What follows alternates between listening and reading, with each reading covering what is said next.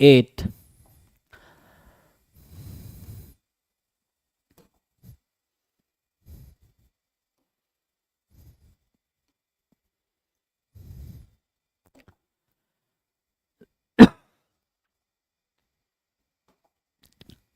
So x1, x2 extend with a random sample from exponential 1.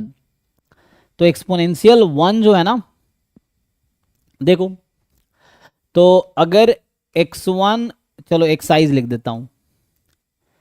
So xi has distribution exponential 1. तो CDF of xi क्या होगा? 1 minus ई की power minus x आई, अगर मैं capital xi में लिखूं दिस. और इसका डिस्ट्रीब्यूशन क्या होता है जी? तो प्रोबेबिलिटी इंटीग्रल ट्रांसफॉर्म क्या कहता है? किसी भी CDF का डिस्ट्रीब्यूशन यूनिफॉर्म 0 1 होगा. तो this has distribution uniform 0 1. Probability integral transform formula कहता है कि CDF को as a function of random variable आप कंसीडर करोगे तो इसका डिस्ट्रीब्यूशन यूनिफॉर्म 0 1 होगा. So this is uniform 0 1. If x is uniform 0 1, 1 minus x is also uniform 0 1. तो अगर इसको मैं 1 में से घटा दूं तो ये e की power minus x I will also be uniform 0 1. ठीक है ना? x is uniform 0 1 if and only if 1 minus x has also distribution uniform 0 1. तो इसका डिस्ट्रीब्यूशन यूनिफॉर्म 0 1, तो इसका भी. ये क्यों कर रहा हूं? क्योंकि यहाँ पे है ये सब चीजें. अब देखो ध्यान से, तो अभी के लिए इसका नाम मैं WI रख देता हूं. ठीक है? तो W1 यूनिफॉर्म 0 1, W2 भी यूनिफॉर्म 0 1. अभी देखो ये W लिख रखा है यहाँ पे, ये जो W इन्होंने लिख रखा है, actually this is something like maximum of W1 W2 up to W10. यही है.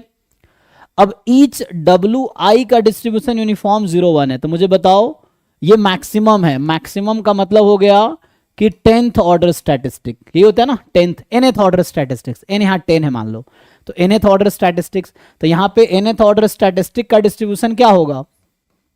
यूनिफॉर्म 0 1 में सैंपल यूनिफॉर्म 0 1 है, तो nth ऑर्डर बीटा n, 1. तो this is beta n, 1. n यहाँ 10 है, तो इसका डिस्ट्रीब्यूशन हो जाएगा बीटा 10, 1. पूछा गया है तुमसे एक्सपेक्टेशन ऑफ W.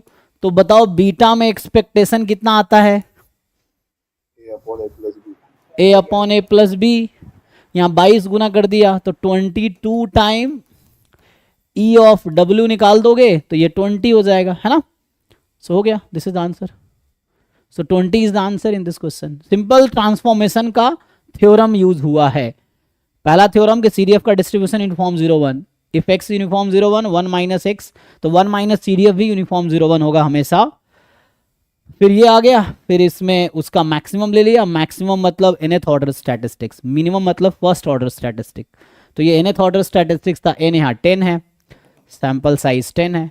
तो ये थ्योरम होता है कि यूनिफॉर्म 0 1 सैंपल से nth order statistics beta first kind n, 1. तो सिर्फ बीटा लिखने का मतलब बीटा फर्स्ट काइंड. और ये mean A upon A plus B या beta upon alpha plus beta, तो उससे आगे. तो ये हो गया 48. 48 के बाद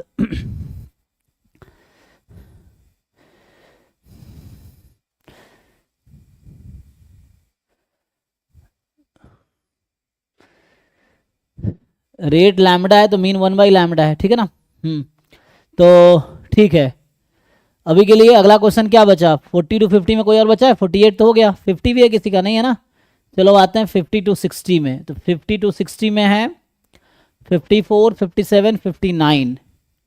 सो